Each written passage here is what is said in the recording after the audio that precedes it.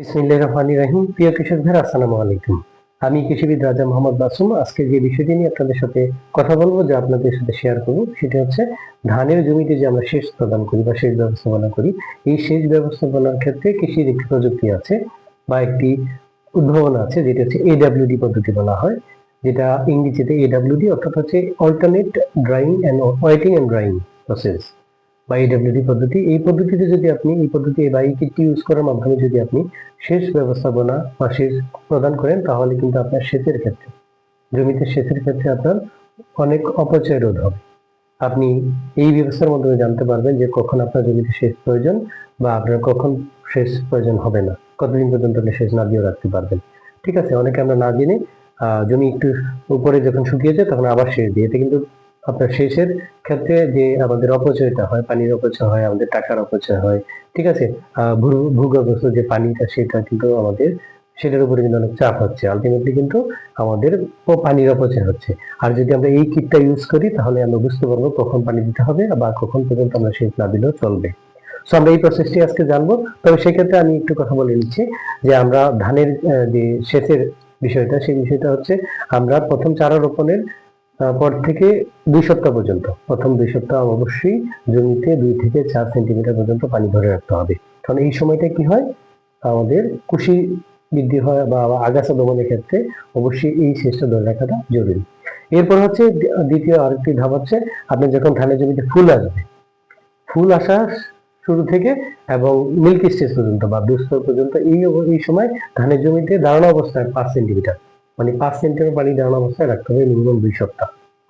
ঠিক আছে।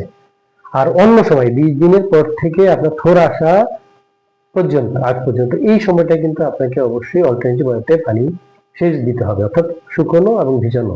প্রথম পানি সেচ দিলেন, শুকানো সেচ দেওয়ার পরে যখন শুকাবে তারপর আবার সেচ দিবেন। তবে এই বিষয়টার জন্য আমরা এডাব্লিউডি পদ্ধতিটা ইউজ করব, কখন দিব কখন দিব না।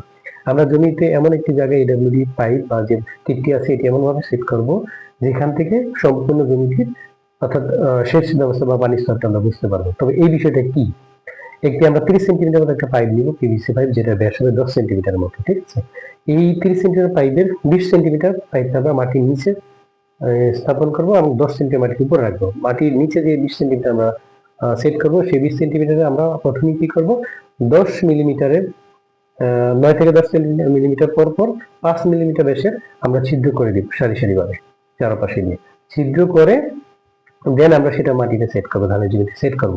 সেট করলে কি হবে, আমরা এবং সেট করার পর পাইপের ভিতরে যে মাটিগুলো থাকবে বা কিটের ভিতরে যে মাটিগুলো থাকবে, সেগুলো আমরা তুলে নিব চামচের মাধ্যমে বা অন্য মাধ্যমে মাটিতে তুলে নিব। কিছুক্ষণ পরে দেখতে পাবেন যদি জমিতে শেষ থাকে বা রস থাকে, তাহলে তুমি পাইপে পানি চলে আসে।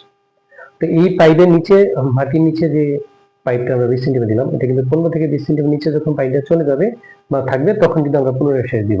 আর এর উপরে যদি পানি থাকে, তাহলে কিন্তু সেচ দেওয়ার প্রয়োজন নেই।